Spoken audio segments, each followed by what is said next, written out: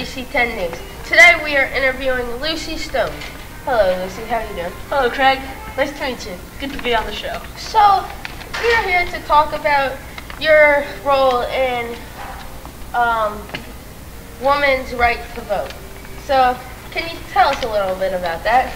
Yes, well, I went around from place to place doing presentations on women's equality and also African Americans equality too. So slavery and stuff. That's very nice of you. So you were the first to do many things in our country.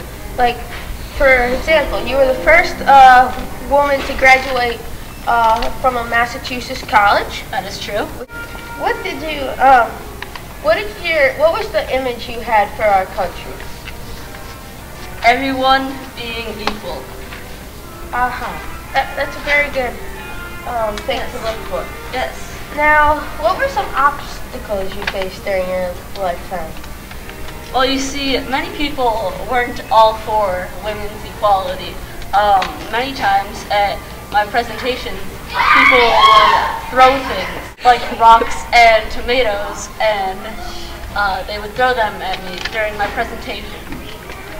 And yes, that was not very fun for me. That's very unfortunate for you. I'm sorry.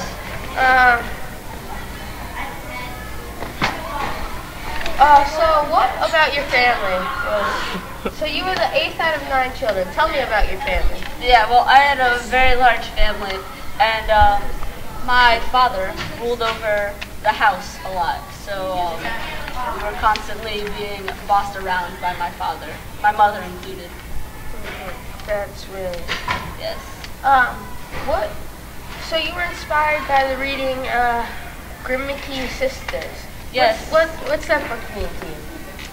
Well, it was very inspiring to me because it inspired me to go out and make a difference for our country and to go and present speeches for women's equality and African American equality. You were the first woman to keep your maiden name after marriage. Why did you do that? Well, I felt that I shouldn't take my husband's name because we're both equal in this marriage, and women should be treated the same as men. Yes. That's very nice. Yes. How was your first college? What was it like to have your college degree and the first woman to have so? Well, it was pretty awesome. Not gonna lie. It was I was the first woman to get a college degree out of Massachusetts. And actually, for my graduation, they asked me to write the speech for my graduation, but I declined because I knew that if I wrote it, I still would not have been able to present it. So this shows how much inequality there was in the world that day. Yes, it really does. That is a very unfortunate thing. Well, thank you for coming on our show. Thanks for having me. It was a pleasure meeting you. It was a pleasure being on